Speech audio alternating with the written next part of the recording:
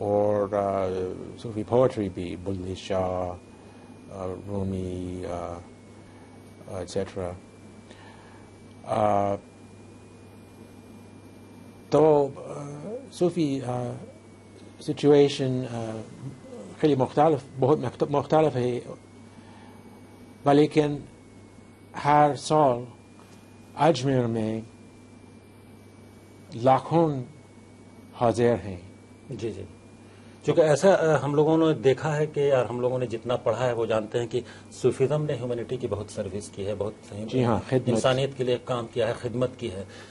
آج کی دنیا میں آج جس طرح سے گلوبلائزڈ ورلڈ ہے اس میں صوفیزم کا کتنا ریلیونس ہے, اس کا انفلوئنس کتنا باقی ہے؟ تو انٹرنیٹ میں صوفیزم کا ویب سائٹس بہت مشہور ہیں. صوفی میوزک ہندوستان میں خیلی بہت مشہور ہے. یعنی نصرت فتح علی خان اور جنون, جی جی, ان کا پاپولیرٹی عجیب ہے. تو میں سوچتا ہوں کہ صوفیزم پھر بھی زندہ فورس ہے.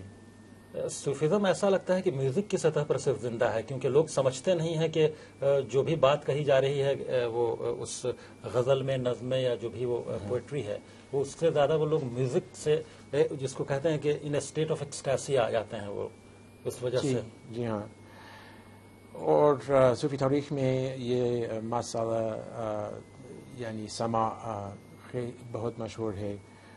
بہت سی رسائل ہیں سماع کے بارے میں, اور کچھ شرط ہے. یعنی اگر آپ موسیقی اور صوفیانہ کلام یو لسننگ, اگر وہ روحانی اور اسپریچول دل اور تہذیب سے سمجھتے ہیں, وہ اچھا ہے, وہ حلال ہے. لیکن اگر وہ sensuous desire سے آپ listening کر رہے ہیں تو ممنوع ہے. So it's all about the listening. جی جی, جس طرح سے دنیا میں ٹیررزم, وائلنس بڑھا ہے, خاص طور سے پوسٹ 90 پیریڈ میں, تو ویسے میں صوفیزم کو ساؤتھ ایشیا اور خاص طور سے پوری دنیا میں کتنا ہیلپ فل مانتے ہیں to establish peace and tranquillity?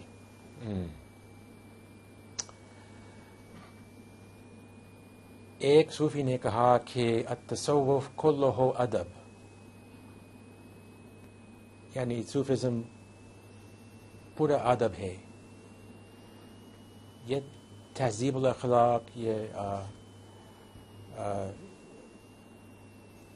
Moral education.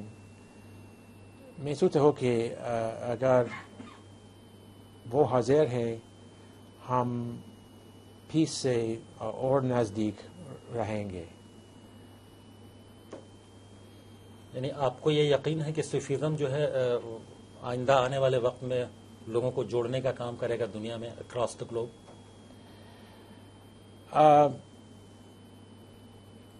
سلفی اور وہابی اپوننٹس ہیں اور ہمیشہ ہوں گے, لیکن استقبال میں صوفیزم کا شوق و محبت پھر بھی زندہ ہوگا. دنیا میں جس طرح سے وائلنس بڑھا ہے, جس طرح سے تشدد بڑھا ہے, اس کو روکنے کا کوئی نہ کوئی طریقہ تو ہونا چاہیے. صوفیزم ایک ایسا لگتا ہے طریقہ ہے, لیکن کیا یہ کتنا کامیاب ہو پائے گا خدا جانے. لیکن میں سوچتا ہوں کہ صوفی موسیقی بہت مہم ہے. یعنی موسیقی کے ذریعے لوگوں کے دلوں کو جوڑا جا سکتا ہے شاید.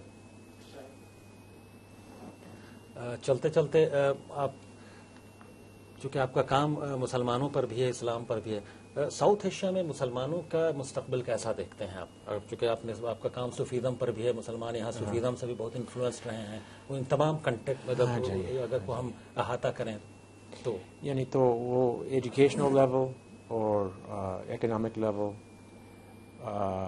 مسلمانوں کے لیے اچھا نہیں ہے. اور بھی سیاسی پریشر ہے ہندوتوا سے کہ متہم ہے، سسپیشن ہے کہ اسلام ہندوستان سے خارج اور غریب فورن ہے. میں سوچتا ہوں کہ ایجوکیشن سب سے اور کارآمد اور مفید طریقہ ہے to alleviate the situation. Education. یعنی مسلمانوں کو ایجوکیشن حاصل کرنی چاہیے، اسی طریقے سے اسی بنیاد پر وہ اپنے حالات کو بہتر کر سکتے ہیں، یا ان کا مستقبل اسی پر منحصر کرتا ہے.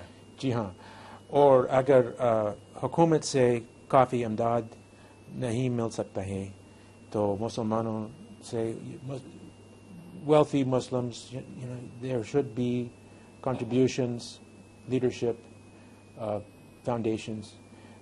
میں جانتا ہوں کہ ایک تاریخ ہے ایجوکیشن کا سپورٹ کے بارے میں، لیکن میں سوچتا ہوں کہ سب سے اور مہم پرائیورٹی شوڈ بی ایجوکیشن. جی بہت بہت شکریہ پروفیسر کارل ارنسٹ، ہمارے ساتھ ہمارے خاص پروگرام ایک ملاقات میں گفتگو کرنے کے لیے بہت بہت شکریہ آپ کو. ہمارے خاص پروگرام ایک ملاقات میں ابھی بس اتنا ہی. آپ عالمی سمے کو انٹرنیٹ پر بھی دیکھ سکتے ہیں، لاگ آن کریں www.samelive.com. فی الحال خالد رضا کو دیجیے اجازت، مگر آپ دیکھتے رہیے عالمی سمے.